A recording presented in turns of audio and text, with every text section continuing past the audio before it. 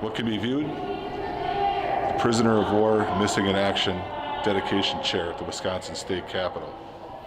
What can be heard? There's a tour going on. There are people filling the hallways with oohs and ahs about how great our Wisconsin State Capitol is. But what can't be unseen is the ongoing grief that families suffer who have loved ones still left abroad. I'm Bradley J. Burt. I'm reporting at the Wisconsin State Capitol for the Capstone at the University of Wisconsin-Whitewater. We are here today to investigate Senate Bill 602, which seeks to fund $180,000 per year per session to the University of Wisconsin Missing in Action Recovery and Identification Project. What we seek is to understand the importance of why we must fund returning our Wisconsin service members home. And what we will find is that our public officials, the senators who introduced this bill, care that much that they seek to pass a bill that would appropriate $360,000 to the University of Wisconsin-Madison Biotech Center.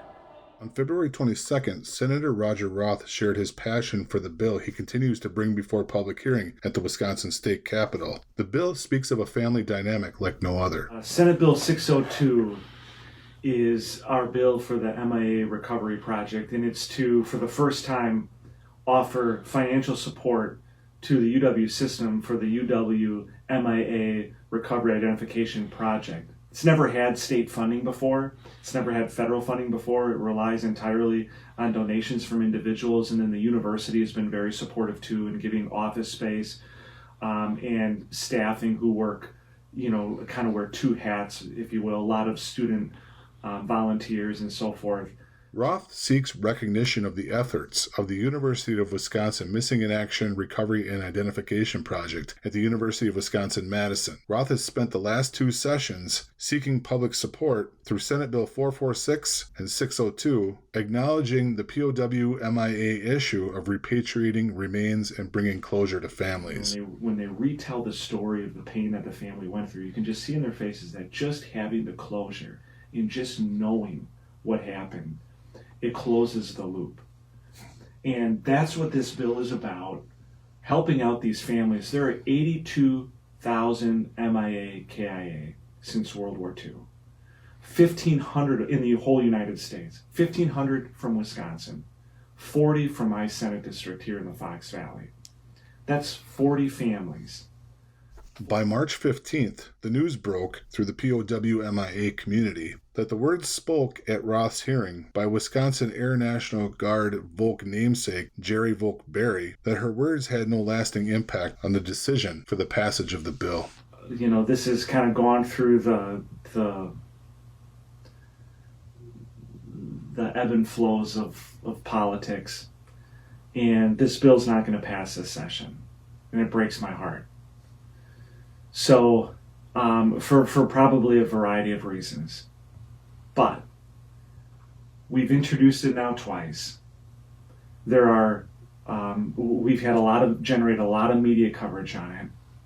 There are discussions happening all over the state centered on this. It's not all for naught. Despite bringing closure to families and assisting student veterans with a program called Boots on the Ground, which helps them prepare for college. But I'll tell you, it isn't the state of Wisconsin's responsibility per se. This is a federal issue. These service members, when they deploy in defense of the nation. There is the federal government, however, is steeped as it is in bureaucracy and red tape. They're failing at this. So DPAA, which is charged with doing exactly this, going out and identifying and finding the remains of service members and bringing them home, they have a $130 million a year budget. $130 million. And I will tell you, from all the stories that I've heard from families and even from our congressional delegation, everybody knows that it is a mess out there, but nobody's been able to fix this.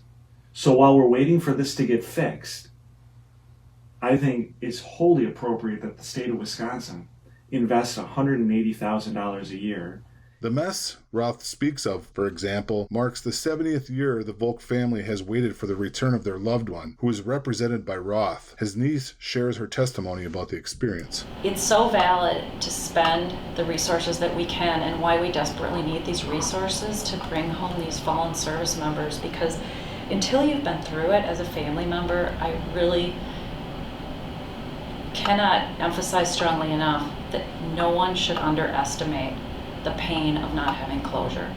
Closure, spoke of by Volk's niece, shares a story of a young man who grew up at Volk Field, who later became acquainted with the Volk family. The family's support drives Charles Kuznitsky's grassroots mission. The family believes his program will bring their loved one home. When I started the project, in 2015, we started working on cases, and a family member approached us by the name of Jerry Volk Berry. Exceptional individual, kind of a family member now. But that was that aha moment when she informed me that Jerome Volk was her uncle and missing. And that, knowing, my childhood of being on that base and not knowing that that was named after a missing airman, it was the you're on the right path moment. Kuznitsky's role as the director surveys crash sites for cold case investigation. The project converges a spectrum of resources, like a search dog mission mixed with artificial intelligence data collection, and a method of volunteerism while studying abroad. The mission breathes academic undertones. When I talk about these academic backgrounds, the other thing that you're looking at is they're actually inspiring families. They're giving some type of closure for these individuals. So it's absolutely rewarding. Don't get me wrong, everything is rewarding in an academic environment. But we're working on field recovery, we're working on AI, machine learning, we're working in the field of anthropology, archaeology, biology, i.e. we're working with environmental DNA, ancient DNA. We're bringing these new technologies into the tool set of recovery.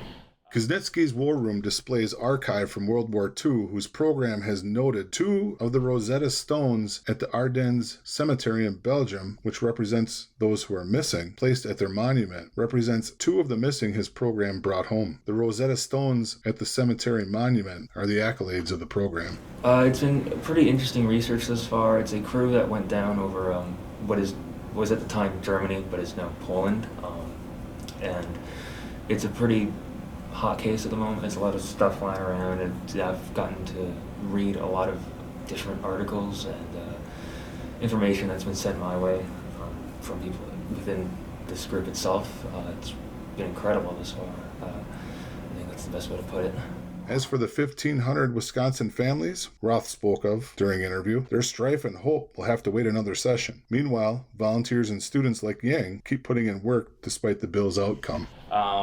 So it really gives everyone a very wide understanding of impact academically, because we don't discriminate against an individual just because they have a history background that they should be doing history. No, I want them in the field to understand the reason why it's important to perform history.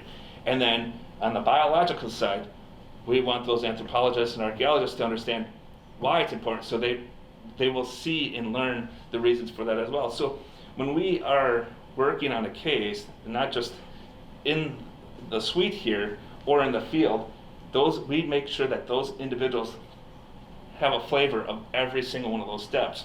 The investigation concludes Department POW MIA Accounting Agency's $130 million does not fund a working project with a proven track record. The Volk family believes Kuznitsky's program is a game changer.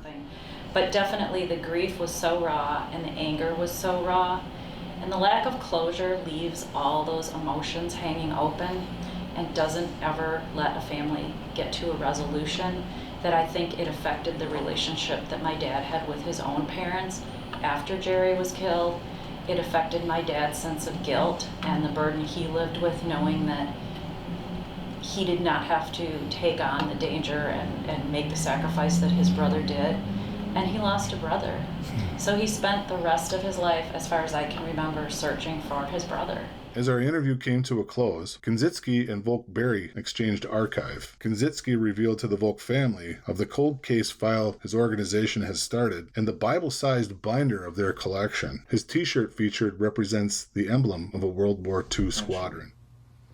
So, whether you're a veteran or not, we all believe that we owe our whole existence to the fact that in this crazy world that we live in right now, and we just found out this week with Russia invading Ukraine, that this is how the world is. Bad people doing bad things. And we need to be a country that stands for something. We need to have men and women, which we do, willing to enlist and join our military to serve and defend our way of life. And our commitment to those men and women when they join and go downrange to fight for us, and some who die, our commitment to them is that they know that they will not be left behind or forgotten.